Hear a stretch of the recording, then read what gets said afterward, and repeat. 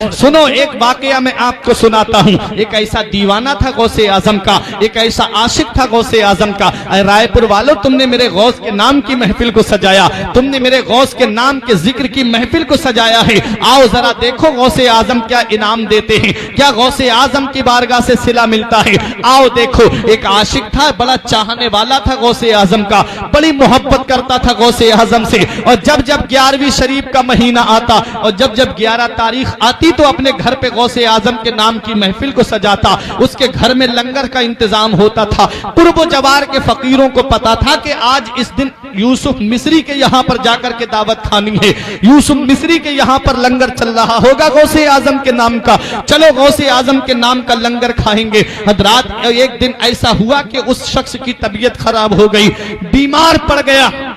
तमाम डॉक्टरों को घर वालों ने दिखा दिया, तमाम तबीबों को घर वालों ने दिखा दिया, लेकिन उसकी तबीयत में कोई सुधार पैदा नहीं हुआ। एक तबीब ने कहा अब इनको घर ले जाइए, अब इन्हें जो भी चीज मांगे इन्हें खिलाइए, अब ये ज्यादा दिन के मेहमान नहीं हैं। घर वाले उसको घर लेकर के आए, आंखों में आंसू थे औलाद की कि बाप का साया सर से उठने वाला है।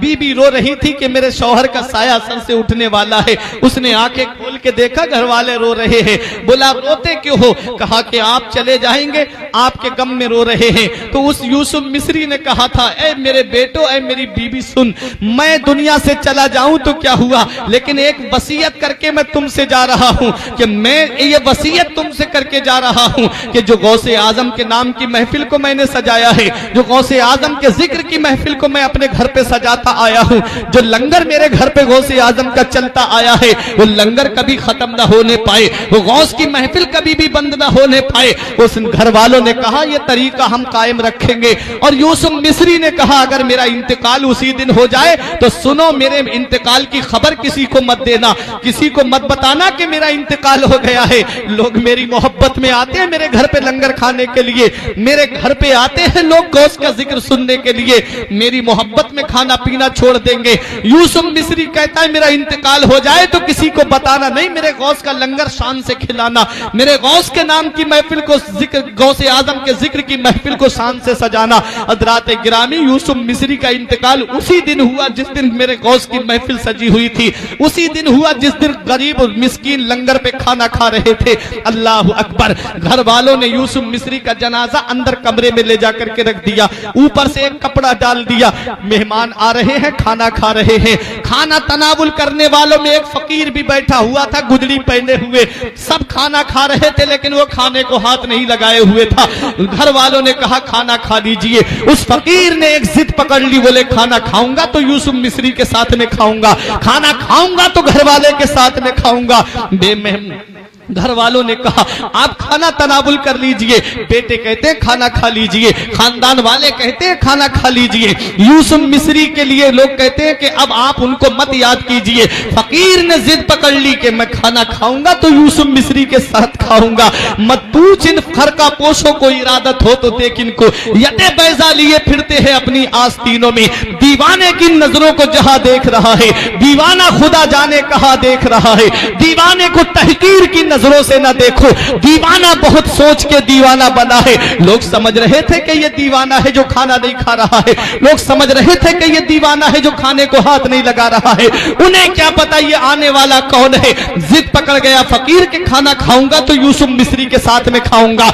लोगों ने देखा कि और लोग भी इसकी वजह से डिस्टर्ब हो रहे हैं, इसलिए एक बेटा हाथ पकड़ करके घर के अंदर लेकर के गया और फकीर से कहता है आप जो है जिस यूसुफ मिस्री की मोहब्बत में यहाँ पर आए हैं वो अब इस दुनिया में नहीं रहे। बेटे ने आंखों से आंसू पोंछ के कहा कि अब हमारे बाप इस दुनिया में नहीं रहे। फकीर से कहा अब तो खाना खा लीजिए। फकीर ने कहा खाना खाऊंगा तो उसी के साथ में खाऊंगा, यूसुफ मिस्री के साथ में। अल्लाह अकबर। बेटे ने कपड़ा हटा के चेहरे से दिखाया, ये देखो यूसुफ मिस्री का इंतकाल हो चुका है, ये देखो यूसुफ मिस्री अब इस दुनिया में नहीं है। मेरे गौस के नाम की महफिल सजाने वालों, मेरे गौस के नाम का जिक्र सजाने والوں، اے میرے غوث کے نام کی محفل میں آنے والوں، میرے غوث کی شان تو دیکھو، میرے غوث کا مقام و مرتبہ تو دیکھو۔ بیٹے نے کہا یوسف مصری کا انتقال ہو چکا ہے، اب چل کر کے کھانا کھا لیجئے۔ فقیر کہتا ہے کھانا کھاؤں گا تو اسی یوسف مصری کے ساتھ کھاؤں گا۔ دروازہ جب اندر جا کر کے سرہانے کی طرف کھڑے ہو کر کے فقیر نے یوسف مصری کے کان میں ایک بات کہی، یہ تیری کیسی مہمان نوازی ہے کہ ہمیں تو نے دعوت میں بلایا اور خود آرام سے سو گیا، اٹھ جا اللہ کا نام لے کر کے۔ اتنا کہنا تھا فقیر کا کہ یوسف مصری چارپائی پہ اٹھ کر کے بیٹھ جاتا ہے۔ اب ایک بھائی بھی خاموش نہیں رہے گا۔ یوسف مصری اٹھ کر کے بیٹھ گیا، قدموں پہ گر کے کہتا ہے آپ کون ہے جو میری مدد کر رہے ہیں؟ آپ کون ہے جو میرے کام آ رہے ہیں؟ اولاد نے اپنے باپ کو زندہ دیکھا، بیوی نے اپنے شوہر کو زندہ دیکھا، خاندان والوں نے اپنے عزیز کو زندہ دیکھا۔ تو فقیر کے قدموں پہ یوسف مصری نے گر کے کہا آپ اپنا نام تو بتا دیجئے۔ تو آنے والے فقیر نے کہا تھا ارے جس غوث کے نام کی محفل کو تو نے سجایا ہے وہ بغداد کا غوث اعظم میں ہی تو ہوں، وہ عبد القادر جیلانی میں ہی تو ہوں۔ یہ ادائے دستگیری کوئی میرے دل سے پوچھے، یہ ادائے دستگیری کوئی میرے دل سے پوچھے، وہیں آ گئے مدد کو میں نے جب جہاں پکارا۔ سرکار غوث اعظم نظر کرم خدا را میرا خالی کاسا بھر دو، میں فقیر ہوں تمہارا اور یہ تیرا کرم ہے یا غوث جو بنا لیا ہے اپنا، کہاں مجھ سے یہ کمینہ، کہاں سلسلہ تمہارا۔ سبحان اللہ سبحان اللہ سبحان اللہ۔ غوث اعظم کے نام کی محفل ہے، یہ غوث اعظم کے ذکر کی محفل ہے۔ حضرات غوث اعظم رضی اللہ تعالیٰ عنہ کے نام کی محفل کو جس نے سجایا اللہ تعالیٰ نے اس کے گھر کو خیر و برکت سے بھر دیا۔ حضور حافظ ملت جن کا مزار مبارک پور اشرفیہ مدرسے کے اندر ہے، ان کے پاس ایک شخص نے آ کر کے کہا بہت غریب ہوں، یہ نسخہ لکھ لو، آخری بات بتا رہا ہوں، میں ختم کرنے جا رہا ہوں، یہ نسخے پہ عمل کر لینا۔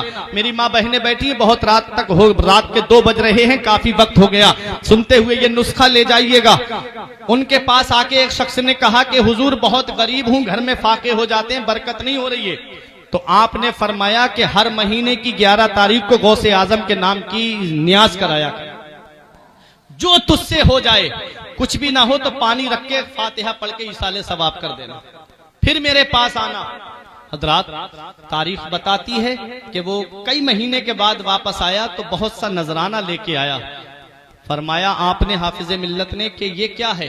کہا حضور آپ نے جو بتایا تھا کہ میرے غوث کے نام کی ہر مہینے کی 11 تاریخ کو تو فاتحہ دلانا، جب سے میں نے اس پہ عمل کیا ہے اللہ نے میرے گھر کو برکت سے بھر دیا ہے، گھر کو برکت سے بھر دیا ہے۔